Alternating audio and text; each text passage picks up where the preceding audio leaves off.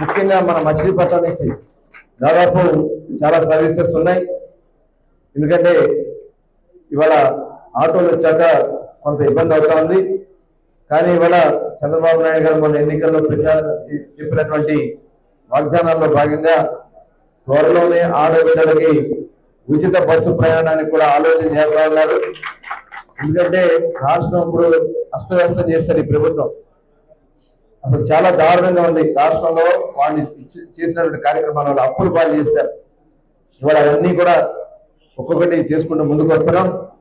మరి ఈ మహిళలకు ఇచ్చినటువంటి హామీని కూడా ఆర్టీసీని బలోపేతం చేసుకోవాల్సిన కార్యక్రమాన్ని కూడా ఒక ప్రత్యేక ప్రణాళిక తయారు చేసుకోవడం జరుగుతుంది. మరి అదేవిధంగా మంత్రిగా రామప్రసాద్ రెడ్డి గారు కూడా ఉన్నారు. వారు కూడా దీని మీద శ్రద్ధ వహిస్తున్నారు. మొన్ననే విజయవాడలో బస్సులు కూడా ప్రారంభించుకోవడం కూడా జరిగింది. మరి ఈ సందర్భంగా మరొకసారి ఆర్టీసీ యాజమాన్యాన్ని అందరూ కూడా అభినందనలు తెలియజేస్తూ, ముఖ్యంగా మచిలీపట్నం ఆర్టీసీ డిపో మరి ఆయన ట్రాన్స్పోర్ట్ మినిస్టర్ గా కూడా పనిచేశారు గతంలో పేర్నాని గారు. ఆ రోజు పాలాభిషేకాలు చేయించుకున్నారు. ఇవాళ ఆర్టీసీ ఇంత దారుణమైనటువంటి పరిస్థితికి వచ్చడానికి కారణం ఆ రోజు పాలకులు తీసుకున్నటువంటి నిర్ణయం. కనీసం వచ్చి వాళ్ళకి ఓదార్చే కార్యక్రమాలు చేయాలి.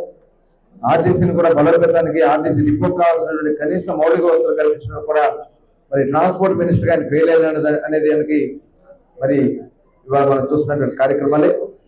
ఇవాళ వర్షం వస్తే మళ్ళీ వాటర్ ఉంటారు. త్వరలోనే కార్యక్రమాన్ని చేపడతాం.